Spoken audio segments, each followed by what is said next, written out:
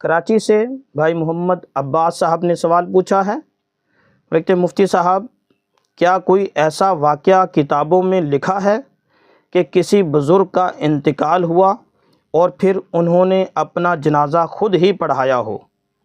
کیا یہ بات درست ہے؟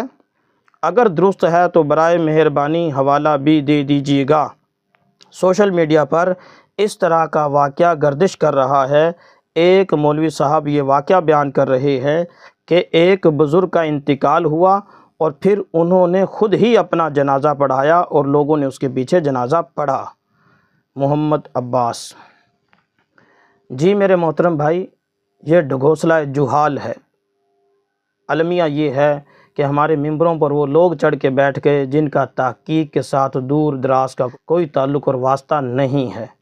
یہ جاہلوں کی سی باتیں کرتے ہیں، خود ہوتے بھی جاہل ہیں اور عوام کو بھی جاہل بنا رہے ہوتے ہیں۔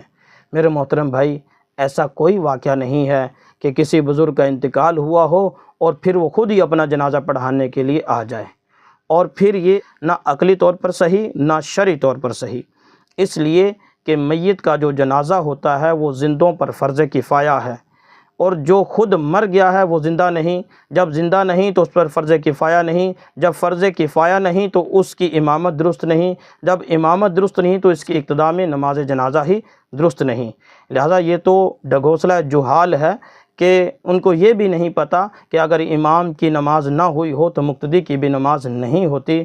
لہذا میرے محترم بھائی، یہ عقلی اور شرعی طور پر درست ہی نہیں ہے، یہ جاہلانہ بات ہے۔ ایسی ہم بھی من گھڑت باتیں سنتے رہتے ہیں۔ سوشل میڈیا پر کچھ لوگ اپنے آپ کو مشہور کرنے کے لیے ایسے ڈھکوسلے لگاتے ہیں، ایسی من گھڑت باتیں بیان کرتے ہیں کہ جس کا نہ کوئی سر ہوتا نہ پیر ہوتا، نہ وہ عقلی طور پر ٹھیک ہوتی نہ شرعی طور پر ٹھیک ہوتی۔ اس لیے میرے محترم بھائیوں، ایسی باتوں سے بچنا چاہیے، ایسے لوگوں سے بچنا چاہیے جو غیر تحقیقی باتیں کرتے ہوں، جو غیر شرعی باتیں کرتے ہوں، جو غیر عقلی باتیں کرتے ہوں۔ یہ تو عقل بھی اس کو تسلیم نہیں کرتی۔ اس لیے ایسے ڈھکوسلوں سے خود بھی بچیں اور اپنے دوستوں کو بھی بچائیں اور اپنا ایمان سلامت رکھیں۔